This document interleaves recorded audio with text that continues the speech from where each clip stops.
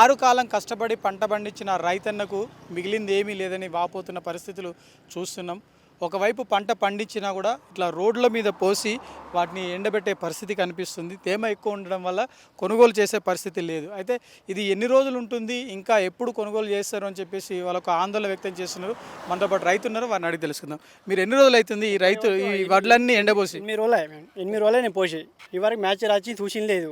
4 గంటలకు వస్తారు, 4 గంటలకు వచ్చేటికి ఆడుకోవడానికి 3 గంటలు పడుతుంది నాకు. 12 గంటలకు 1 గంటకు చేయాలి మ్యాచర్ చూడాలా.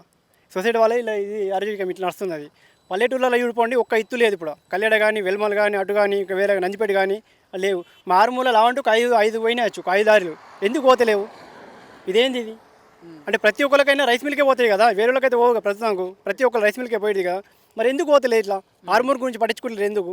రాజకీయ ప్రతి ఒక్క రాజకీయ నాయకు వస్తాడు. నిన్న పోతలేను, జీవరెడ్డి కూడా వచ్చి నిన్న. మరి వచ్చి ఏం చేసిండు? నిన్న ఒక్కటని లేపిండా? కరువు కాలంలో అయితే మరి ఇప్పుడు ఇంటికి వచ్చిండు. ఇవన్నీ జరుగుతున్నాయి. ఇప్పుడు వేరే వాళ్ళు వచ్చినా కానీ ఇట్లా గింత కోరమా? వర్షంకు దడుతున్నాయి. ఇప్పుడు ఎప్పుడు లేవడతారు? గిన్నె రోజులు ఇంకా మొత్తం కోత ఇంకా 450 500 ఎకరాలు ఇంకా కోసేటి. ఇక చూడండి, పంటలు చూడండి ఇంకా ఉన్నాయి. ఇంకా చారణ మందం ఇంకా ఇప్పుడు ఇంత టైట్ చేస్తే తర్వాత వచ్చేటి ఎట్లా? వర్షాలు కుప్పలు లేపుతలేరు. నేను మంత్ అవుతుంది ఇప్పుడు కుప్పలు కోసి. మ్యాచ్ వచ్చినా లేపుతలేరు. ఏం ప్రాబ్లం ఇదంతా? ఎమ్మెల్యే వస్తున్నారు, అందరూ వచ్చి ఎంపీ వస్తున్నారు, ఎమ్మెల్యే వస్తున్నారు అని చెప్తారు.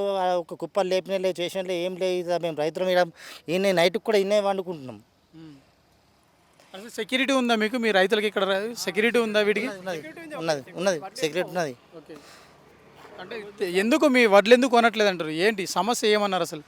ఎండుతలేవు, చేత కుప్పలు ఎండినన్నా ఎండలేవు అంటున్నారు. మ్యాచర్ వచ్చినా లేపడం లేదు, లేబర్ వస్తలేరు.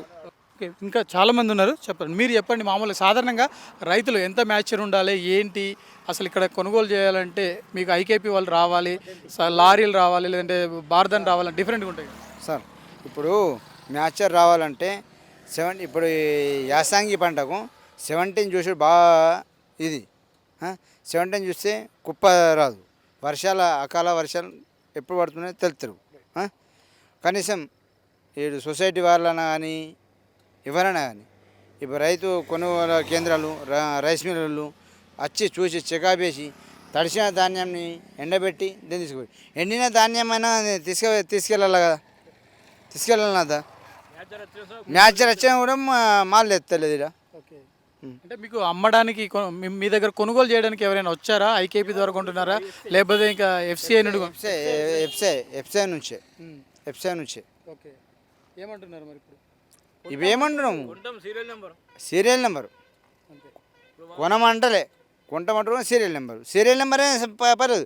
సీరియల్ నెంబర్ అయినా కానీ మ్యాచర్ ఎట్లా వచ్చిందో మ్యాచర్ ప్రకారంగా పోలా. 4 రోజులే మ్యాచర్ కూడా అక్కడ. ఇక్కడ ఆర్మూరు ఏది సొసైటీ 4 రోజులే వాళ్ళకి మ్యాచర్ లేదు. మినిమం చూడాలనుకుంటే 4 గంటల కంటే ఏ విధంగా ఎండ పూట చూడాలి మ్యాచరు. 12 గంటల నుంచి చాలు చేయాలి. 4 గంటలకు వచ్చి చూస్తాం మనం. పొద్దున అదే ఫైట్ జరిగింది. 4 గంటలకు చూస్తే ఇక్కడ దాకా అంటే ఒక 3 గంటలు పడతాయి మొత్తం. ఈ రోడ్డు ఆ రోడ్డు అంటే ఒక షూట్ మీకు కూడా అర్థమవుతుంది. ఇవన్నిటికి ఒక మనిషిని పెట్టుకోవాలా, లేకుంటే మేమే పెట్టుకోమంటారా చెప్పు మరి? మన అట్లా రైతులకి ఇట్లా లాస్ట్ టైంలోకి ధాన్యంగా వచ్చినాక ఈ టైంలో మ్యాచర్ కూడా మేము పడవాడు, మాకు ఏం కర్మ? లేకుంటే రైతులు మొత్తం చెప్పండి, మేము వేరే పెట్టుకుంటాం. మేము రిగ్గున్న దాంట్లోకి మేము వేరే పంట పెట్టుకుంటాం. జొన్న కానీ ఇబ్బంది అయితే కావు. వేరే ఎఫ్సై కొనుట్లే ఇట్లా ఎందుకు అవుతున్నాయి ప్రతి ఒక్కటి? ఎఫ్సై మేము కొనము అంటే మాకు తుట్టికి పౌచర్ నిజామాబాద్ అన్న ఏదైనా తీసుకుపోయి అమ్ముదాం. మేము కొనము అంటే కొనమని అంటలేరు, అత్తలేరు బరాబర్. ఇది మాత్రం వాస్తవం. మొత్తం ఎన్ని ఎకరాల పంట వేసి ఉంటారు? ఎన్ని ఎకరాలకు మీ చేతికి వస్తుండే? సుమారుగా ఎంత యావరేజ్గా పంట చేతికి వస్తుంది?